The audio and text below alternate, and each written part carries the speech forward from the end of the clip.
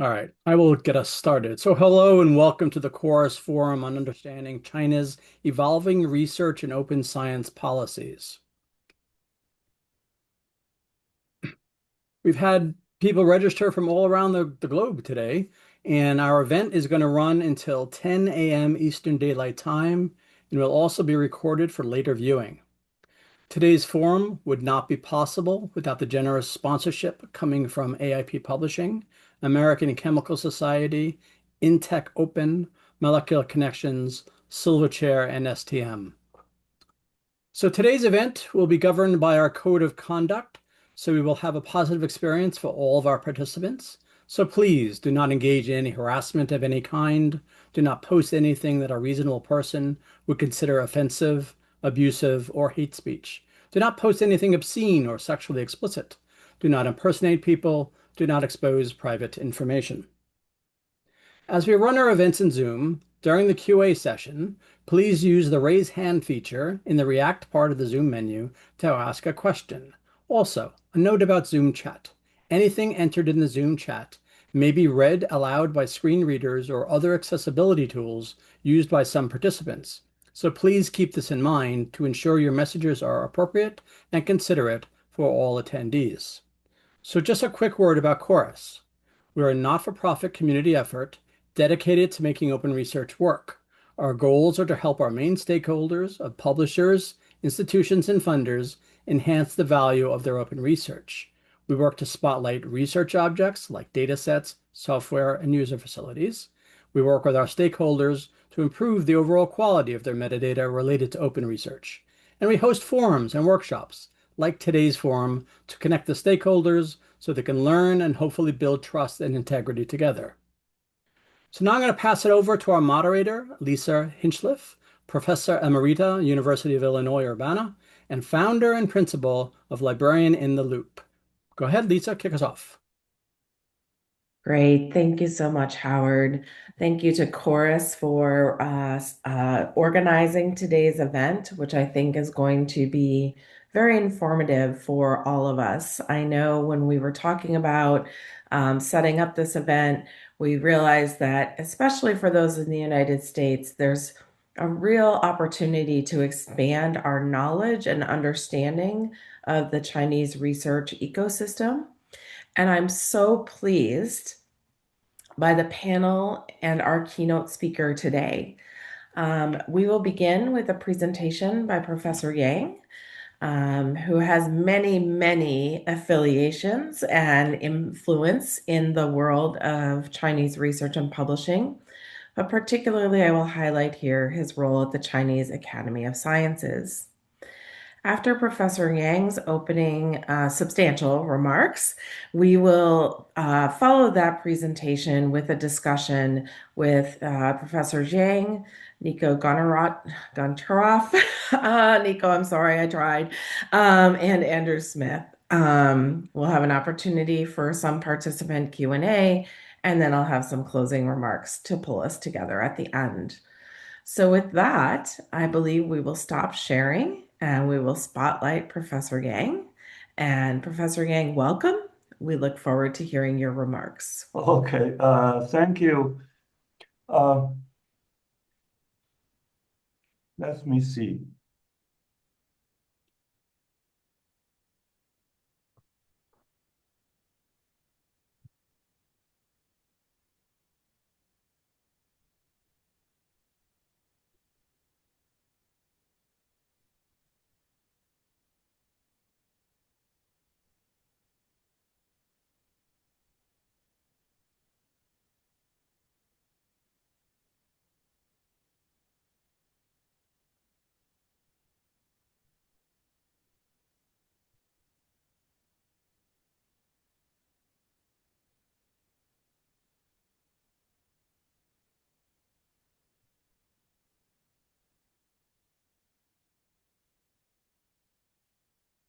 Can you see my screen? No, did you want to share your screen? Yeah. At the bottom of the Zoom, have you clicked on the share? How to do this? Where is the share? Let's see. Near the bottom of the screen, hopefully you see a button that says share. Yes. This one? Well, yes, indeed that one. Okay. I Okay. was like, oh, I don't know. I can't see your screen.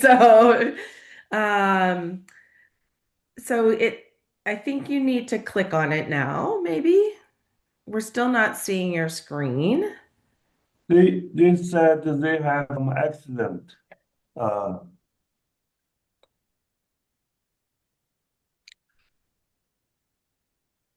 can you see? No, we're seeing a blank. Do you have a slide deck or a PowerPoint or a website that Yeah, you're this trying? is a PowerPoint. Okay. Uh, Let me see how to do this. Okay.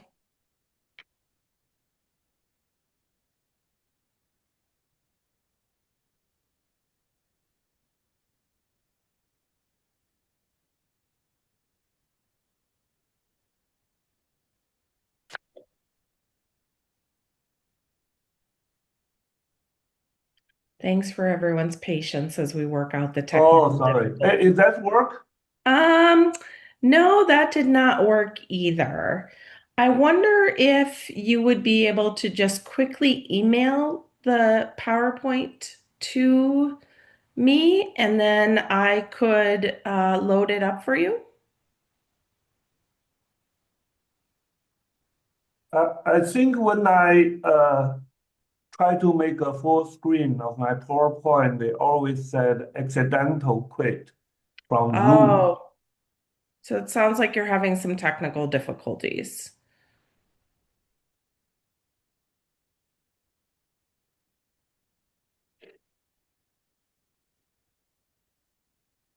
Well, then maybe I can just to speak without the PowerPoint. Sounds Is that good. right? Sounds good. I'm sure we can make that work. So Okay. let's Uh, just start and we can also ask you questions if we need to. okay. Right. So thank you for everyone to also for the chorus to organize this dialogue. And I just come back from a visit to France.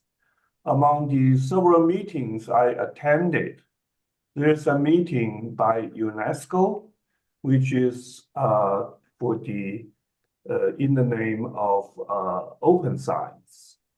So we organized a side event in Paris within UNESCO that is on site.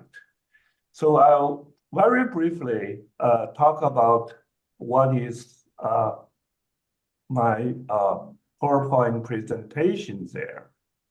So we applied for a program, the name called Towards Open Science Infrastructure Sharing Network, Knowledge and Data Sharing Platform from China, Open for Science.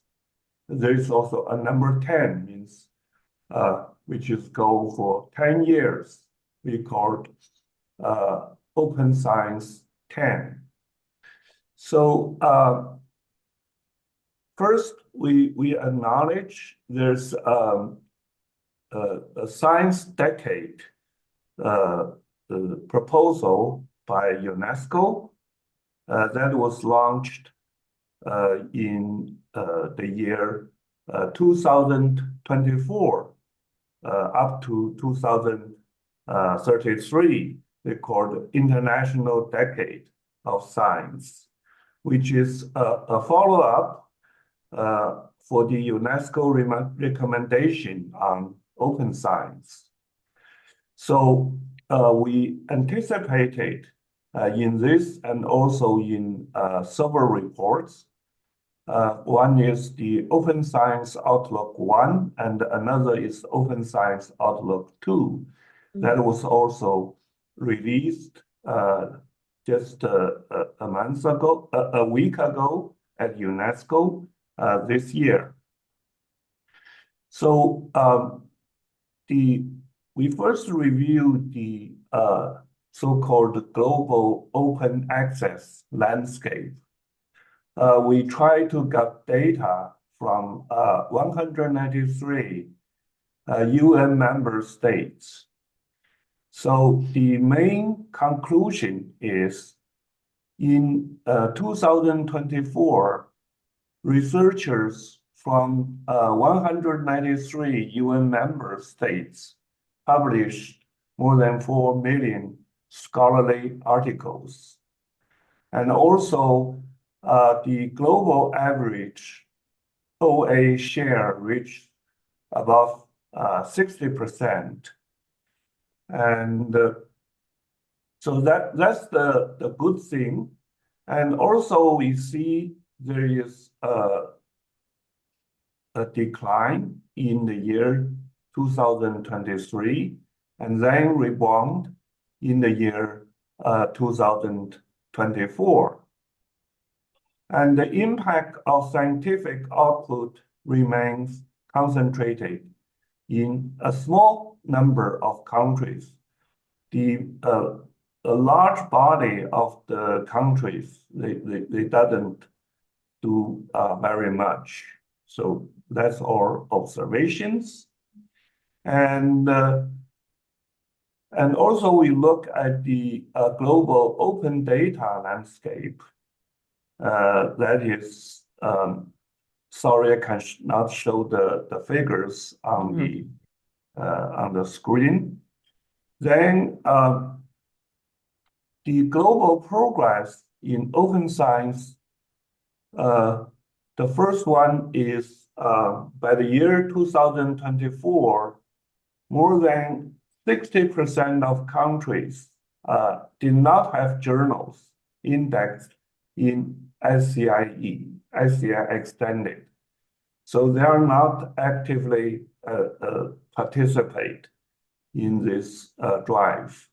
And also by the year 2024, more than 60% of countries did not register or establish open science platforms. That's actually suggested by the 2021 initiative of UNESCO that every country should get a platform. So it's far from achieving that.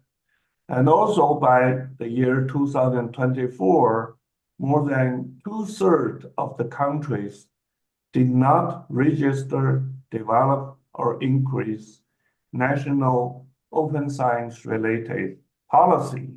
So these are the not so good things, which is it happens.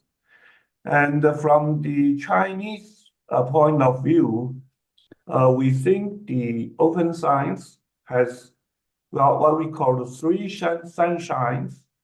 That is for the readers' benefits, for the knowledge exchange, and also for fair evaluation. So that these are the good things for open science.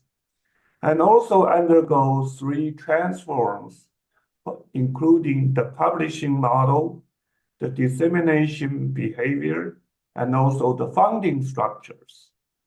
I mean, the funding structure is who fund the journals or publishing papers. It used to be funded mostly by academic institutions. Now it's partially changed to the funding agency grants. And also we have 4 challenges. One is the bipolar academic reputation and the non-transparent pricing strategies, and also intertwined OA development pathways across different countries. And we don't see very cooperative open science policies. So that is the things we observed. And we proposed a global local strategy for open access.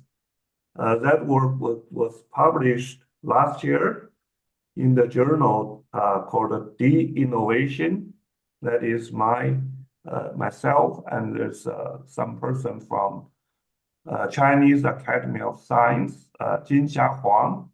So we wrote these articles. And also we jointly conduct a project, the UNESCO East Asia project, that is design and delivery of mapping open science infrastructures and interoperability practices in East Asia.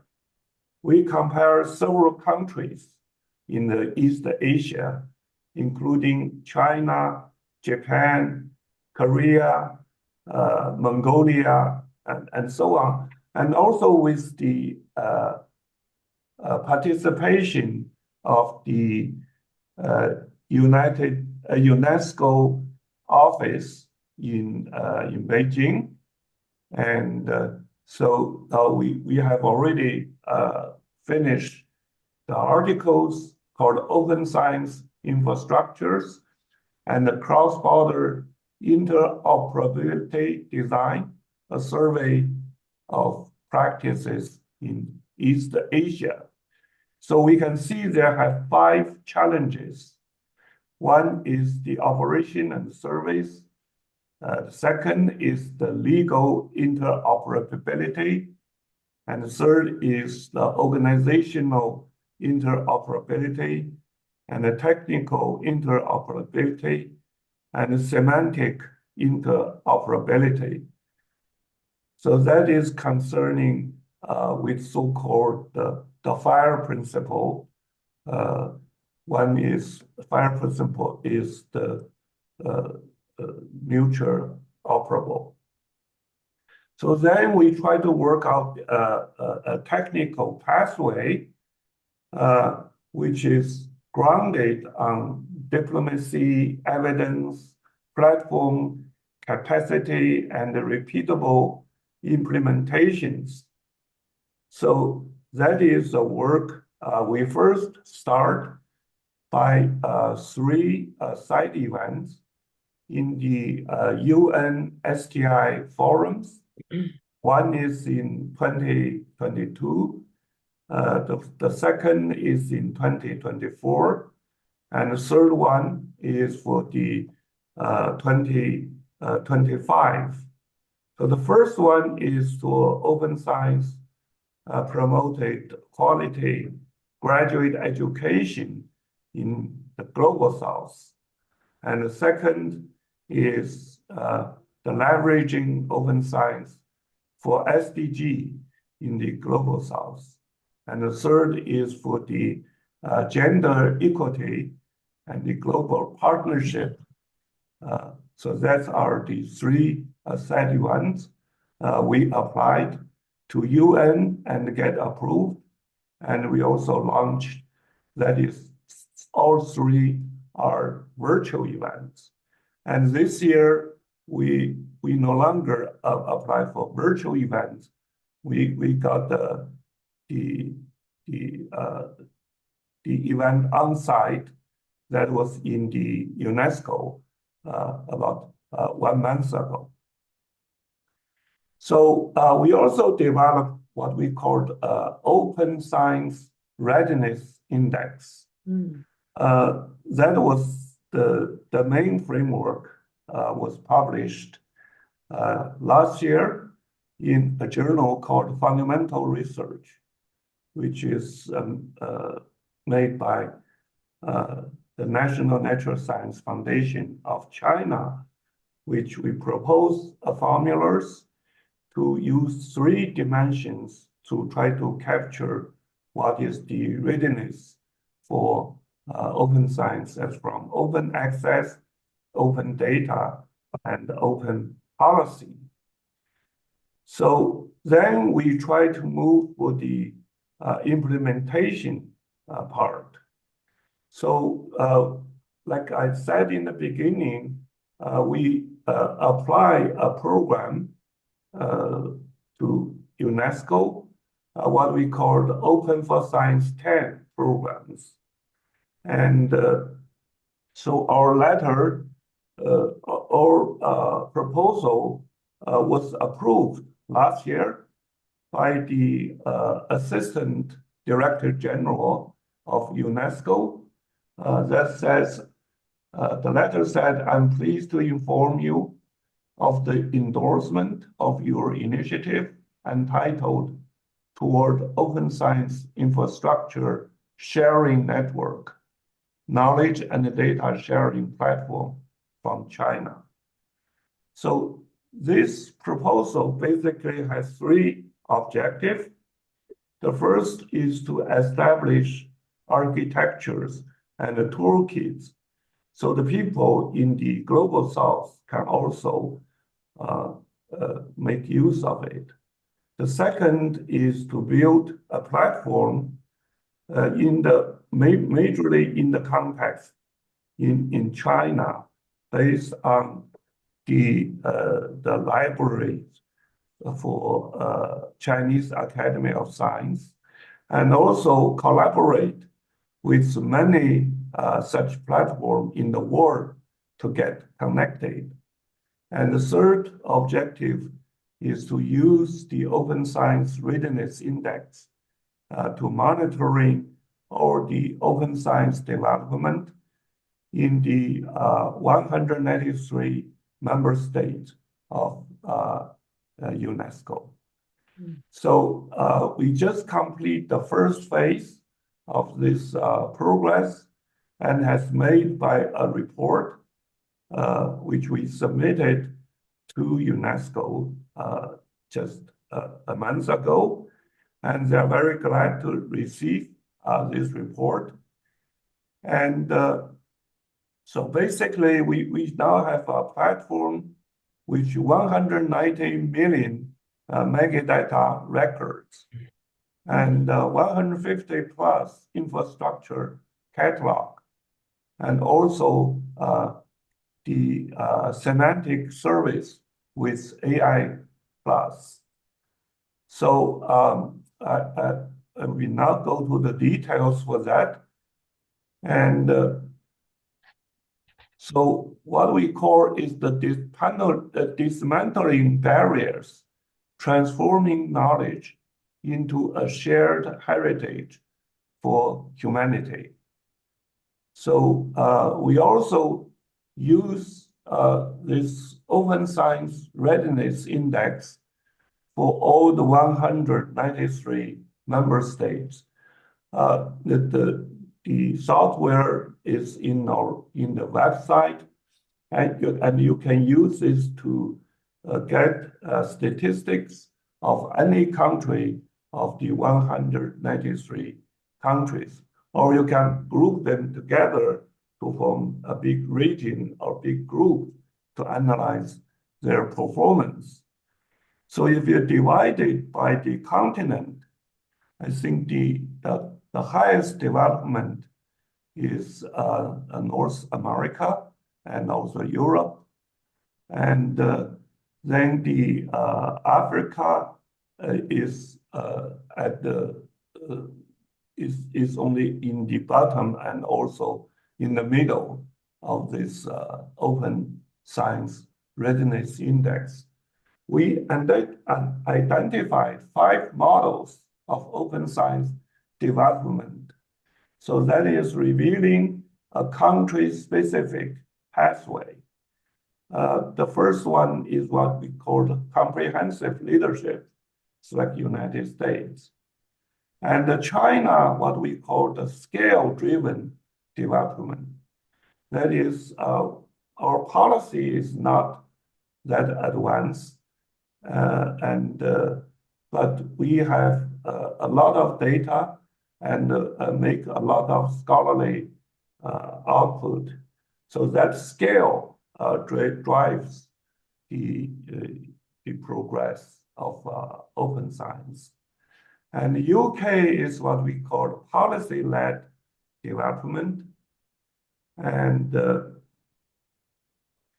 there are other cases. For example, there have countries has structurally constrained development, and so that is basically, and also from this monitoring, we find some disturbing information. That is the amount of open access increase. We recorded data from 2014 to 2024. That data shows globally it's increased, but not very, very high speed. But the disparity, that's the Gini index, increased faster than the average development. So we look at the Gini factor and also the cell factor. They all so that is one thing that puzzles us. And another one is the bottleneck analysis points to a targeted implementation.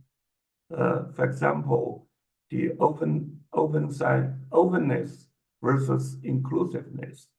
So there are something is open on the other one, but on the other hand, there are many countries also try to be close on what previously opened data or things like that. And so what we want to recommend is to strengthening open science capacity in countries with low level of readiness and enhancing policy cooperation in countries with steady but moderate growth in open science readiness, and also encouraging the extension of open science ecosystems in high readiness countries.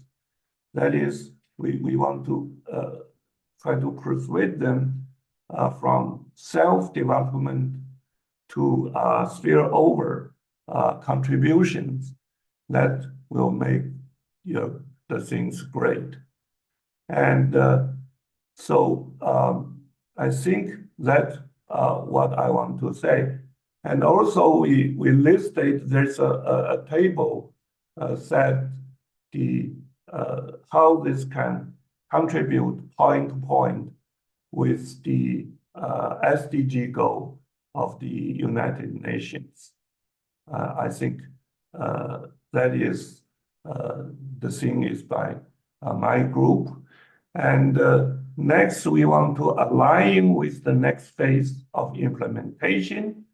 That is from 2026 to 2029, mainly expanding the integration of diverse open access resources and serving as a node within the global collaboration network and advancing international dialogue and cooperations with a particular focus on Global South.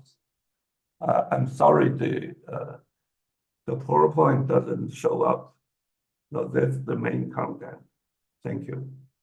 Great. Thank you so much, Professor Yang. I think even without PowerPoint, you painted us a very interesting picture of the global open science trajectories and the role that China is playing, especially within the United Nations ecosystem, to help us see some of the challenges, some of the successes, and some of the opportunities that are there for continuing to move in this open direction.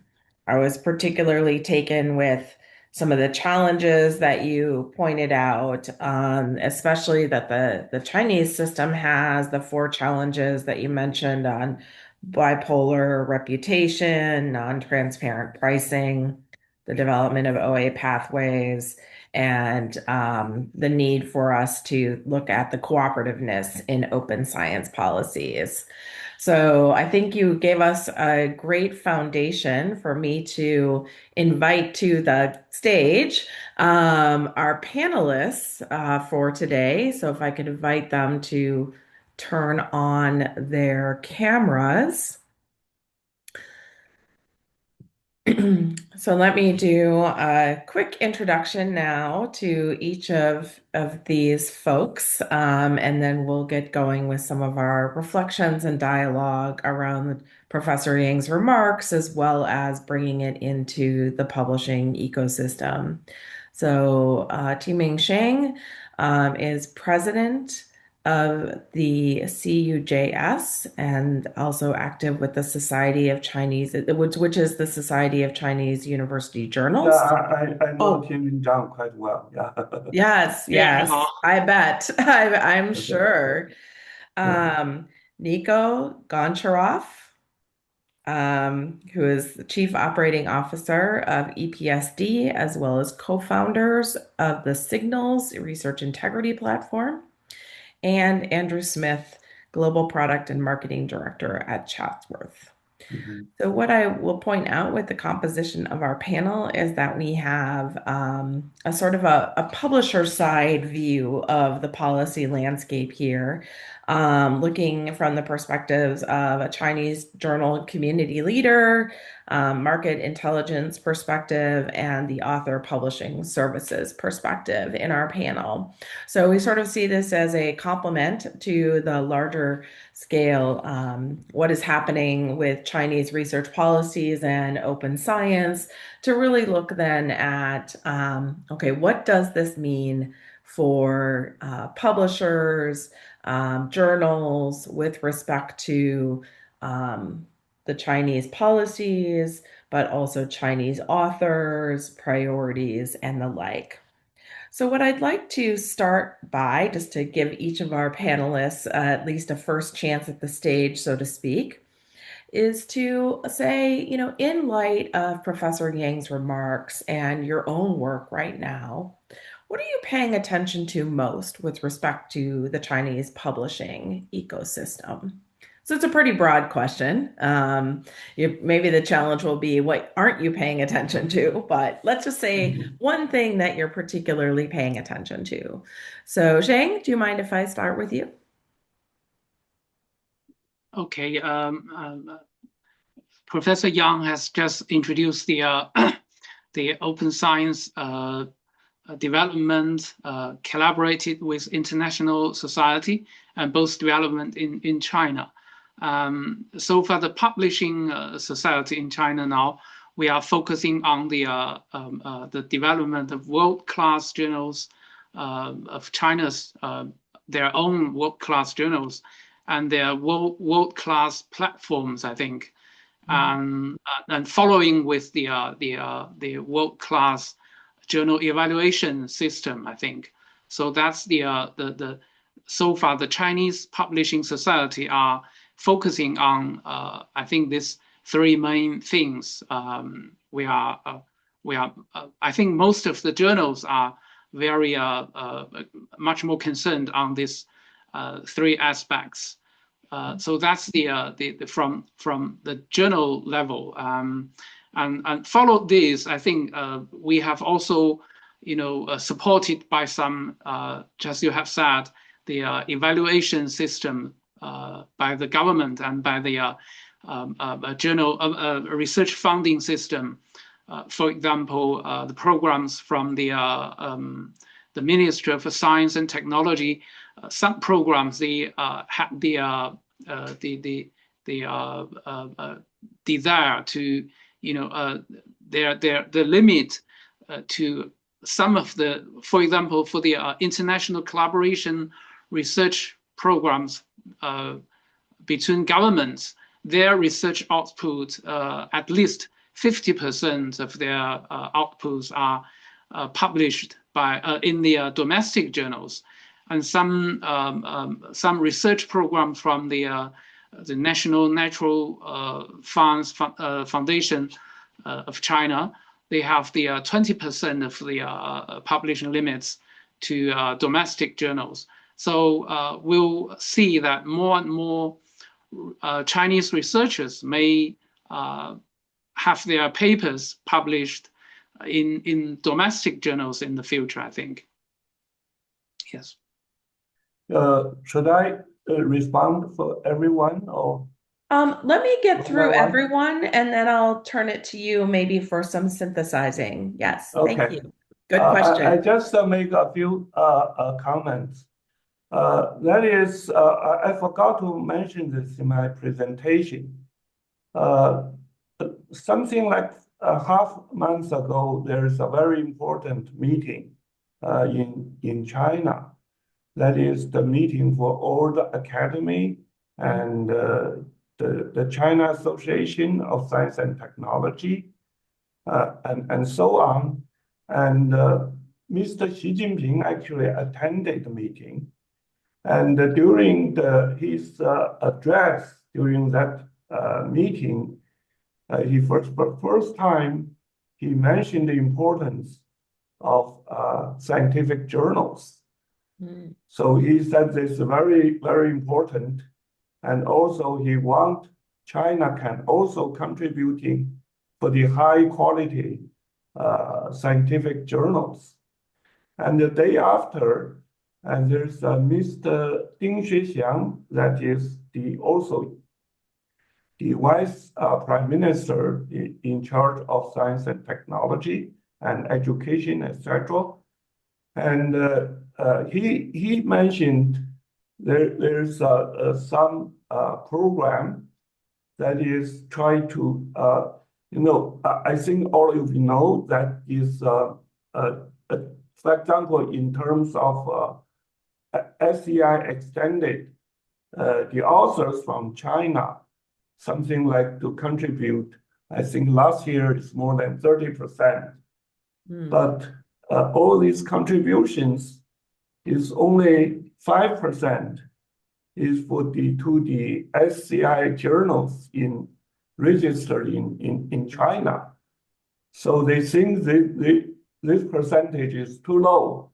So they want to raise this percentage to 10%, and also want to the journal which can be listed in SCI extended now is 200 something, can reach something like 500 within 3 years. So the government has some sponsorship for the journals, try to raise their quality, try to attract better articles like that. So that is a big plus for the I think for the community of Zhang and also for many researchers in China. That is definitely some very high level attention to scholarly publishing to have your leader attend and to discuss the importance of scholarly publications. So thank you for adding that to the discussion. Andrew, I was going to turn to you next, and I saw you nodding along there. So perhaps I can get your thoughts on what you're paying attention to these days. Yeah, absolutely. So, I mean, I'm just back from China. I'm here in the UK, but I was out with teaming and the CJ US organization for the English Language Conference, English Language Journals Conference a couple of weeks ago, where we discussed a lot of this. So I think the way I see it, there's two kind of key areas here. There's obviously the policy side that teaming talked about in detail, and that's been developing over the last 6 years, probably, around encouraging researchers to publish papers in domestic journals. And we're kind of continuing to see that with new pronouncements that have come out periodically over the last couple of years. But as Professor Yang's saying, at the same time, only 5% of the journals in SCI are based in China. And then from my perspective, what we're seeing working with my clients, and I work with both Chinese publishers and international publishers in China, is we're continuing to see a total growth in the market. So China is the world's largest producer of science, and we're continuing to see increases in output this year. So what I'm paying attention to is kind of how that dynamic is starting to change. So the other side of this is the domestic publishing industry. And I would say that has received a lot of funding over the last couple of years through things like the Journal Excellence funding. The presentations I saw and the visits that I did a few weeks ago, and I go out every quarter to meet with friends and clients. We're seeing a lot of speed in terms of how those publishers are implementing the funding, the new journals they're launching, and in particular the infrastructure they're putting in place.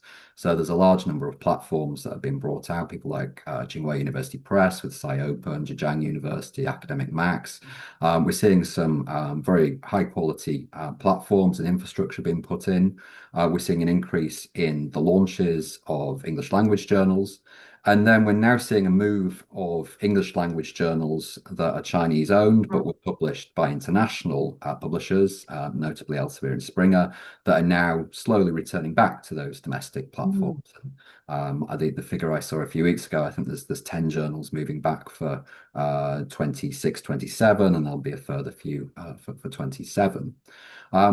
So there's a lot happening and the infrastructure has been put in place. And certainly Chinese publishers have now got the capability to really create some interesting titles. But I think the key takeaway for international publishers is we're still talking 5% of journals are owned and operated in China. The aim is obviously to move that to 10%, and that is going to happen. But at the same time, that output in scientific papers continues to expand. So kind of from my perspective, working with publishers here and in China is actually there's opportunities for all of us in terms of supporting scientists and supporting researchers and building great journals. I think there's the new infrastructure going into China is providing exciting journal opportunities, but also for international publishers, there's still a huge market and a huge opportunity to collaborate. Thank you, Andrew. I think in what you just said, there's an interesting, we might have operated on the assumption that domestic journals were Chinese language and international journals were English language. And I think you just disabused us if any of us had that assumption that the language of the journal and the location of the journal are not necessarily, we should not assume those to be divided in that way. And it sounds like in particular with some of the aspirations. So that's really helpful to make sure that we understand. Professor Yang, did you want to add something? Yeah. So in the past few years, I have attended, there's a Scopus, and the Scopus has a Chinese panel. I used to be the chair for the Chinese panel. So that was about in the 2018. And at that time, there are only 700 or 800 journals from China has been listed in Scopus. And so now through 7 or 8 years, this number raised doubled, something like 1,500 or 1,600 journals. So that can be considered as a progress. But the same situation doesn't occur in SCI extended.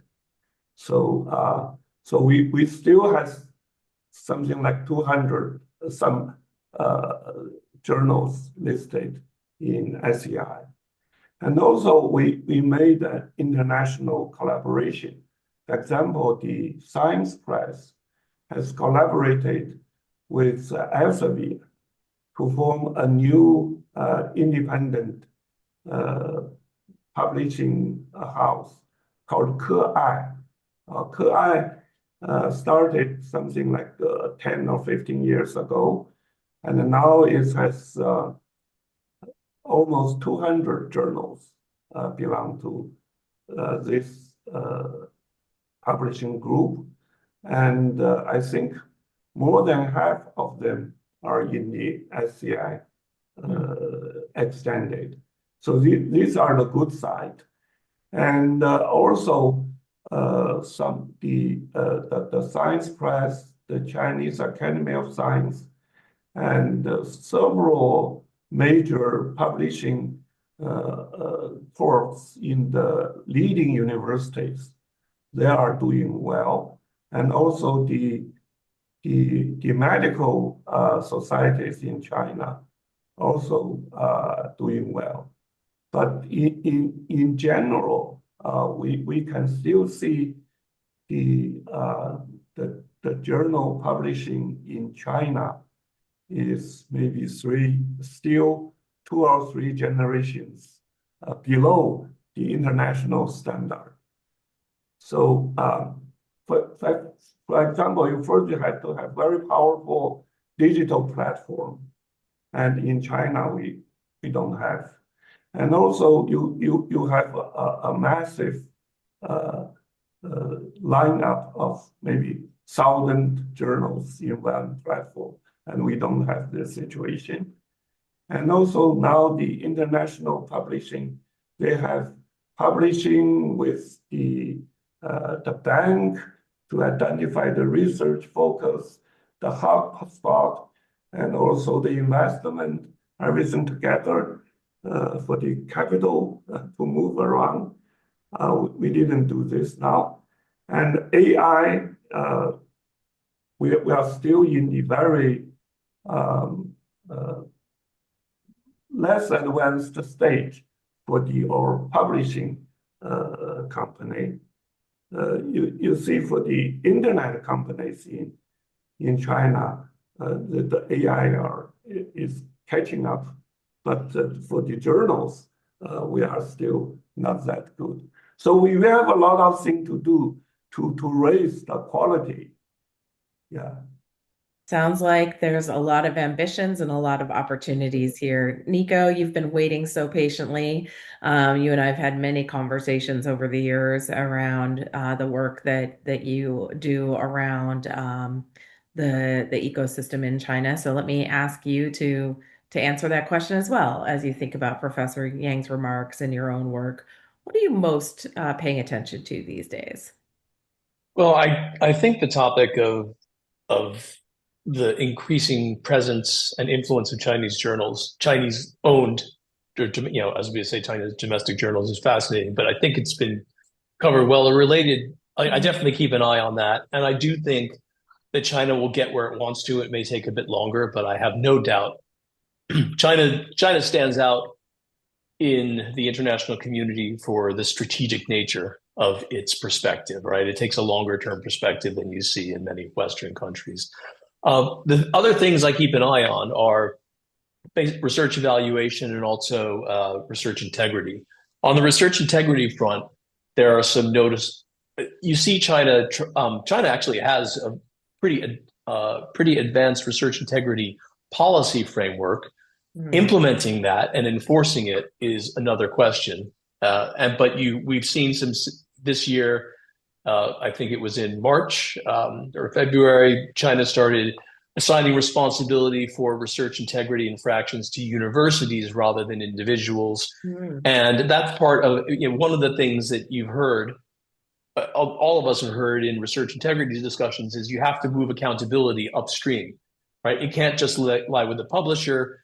It should lie with the author, of course, but the incentive system is what is leading authors to turn to paper mills, right? And so I think China is making some interesting moves in terms of changing requirements, trying to shift requirements away from numbers of publications and academic awards when evaluating promotions, when looking at funding allocations.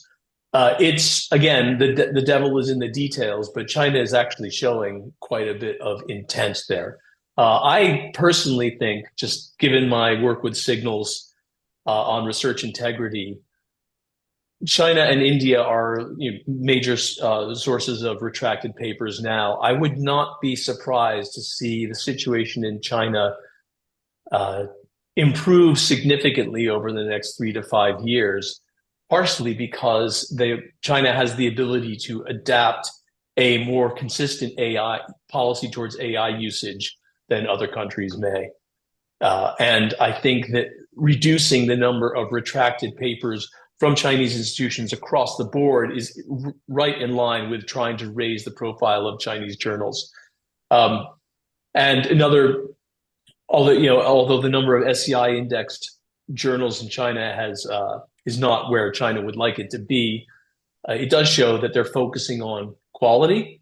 That's something that was noted. I'll give an acknowledgement to Charlesworth's China Market Insights report. It's really, if anybody here is interested in following developments in China, I would highly recommend subscribing to it, because it's a free resource that is curated and gives you an idea, helps you keep up with what's going on in China, and it has some good observations as well. Not just recording news, but one of the observations you'd find in there that I completely agree with is that China, whether by design or not, is focusing on raising the quality of a select number of journals. And I think that's more realistic than trying to aim for 1,000 or 500, although I think you have to have that type of objective. Then lastly, again, I would say that as the more we see a shift towards changing the incentives that drive people to try and publish rather than perish in China, I think you will see a direct a correlation in the number of retracted papers from China. But I do think that it would be interesting to watch how China enforces use of AI, and like the fact that China is rolling out its a national AI policy and specifically talking about using AI in scientific research.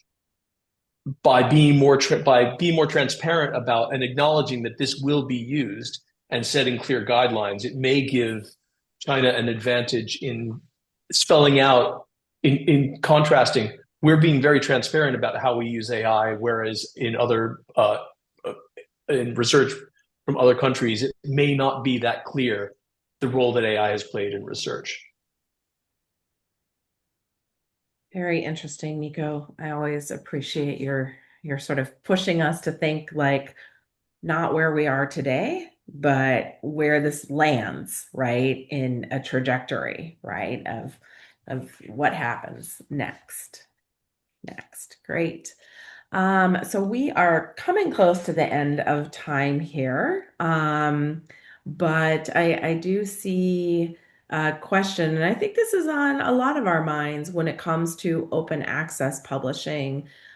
We see, particularly in the United States, a renewed interest in what is called green open access, where the article would be published behind a subscription paywall, but then maybe a version of it is made available in an institutional repository.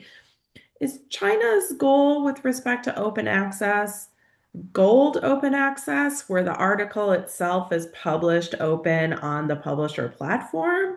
Or is there also an interest in the green route, where the subscription journal sustains, but the alternative access is part of what is of interest? And Jiming, do you want to take this? Yes, a very good question. I think there is also some discussions in China, within China, or by ourselves. How can China develop our open access? So far we published lots of open access papers in international journals. And only a very small portion of the Chinese journals, they have followed their very standard open access model, aligned with the international level. I mean, so most of the Chinese journals, they are not in a, although their papers or their published content can be used freely on their website, the journal website, but they are not very in a very standard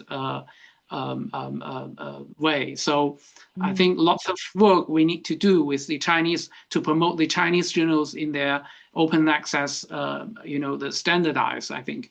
I think the green access, open access in China now, we are not take into a very important role now. Personally, I strongly support the green open access.